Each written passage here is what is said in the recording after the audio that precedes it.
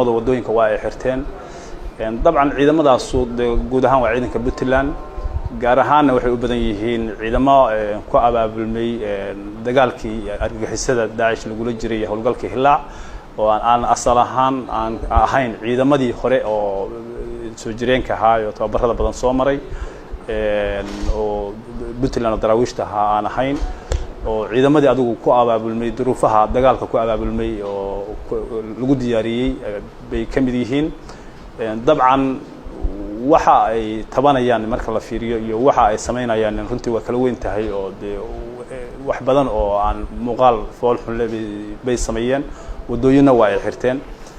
runtii waxaan waa wax jira laakiin waxaan u soo jeedinaynaa in saraakiisha loo idmaday ee gacanta ku haysa inay noqdaan saraakiil ka adkaada oo waafajiya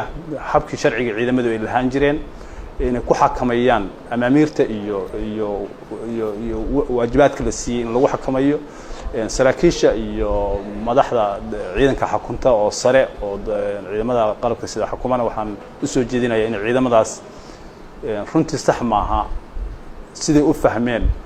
ama gadoodka u fahmeen oo kale gadoodku sax maaha in wada la xiro ciidan waa gadoon kara laakiin sidii u gadoon karo u gadoodahay maaha in wada la xirto maaha waa si nabad ah oo hadduu wax tabanayo wax tabashadiisa uu ku muujiyo way marka totalmitu waa aad bay uga khaldan tahay wax sax ah ma aysan ahayn waxaan soo jeedinaynaa saraakiisha inay gacanta ku qabato oo arintaas aysan noqon bulshadaasi mar dambe in wadooyinka laga xiro iyagana waxaan u soo jeedinaynaa inay ciidanimada tixgeliyaan sharafta wadanka iyo wadajirkana tixgeliyaan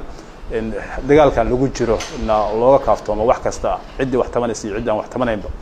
halganka iyo sharafta iyo heerka ay Puntland ay marayso inay uga kaaftoomaan wax badan tixgeliyaan ciidamada iyo saraakiisha iyo kulli inay tixgeliyaan baan rajaynaynaa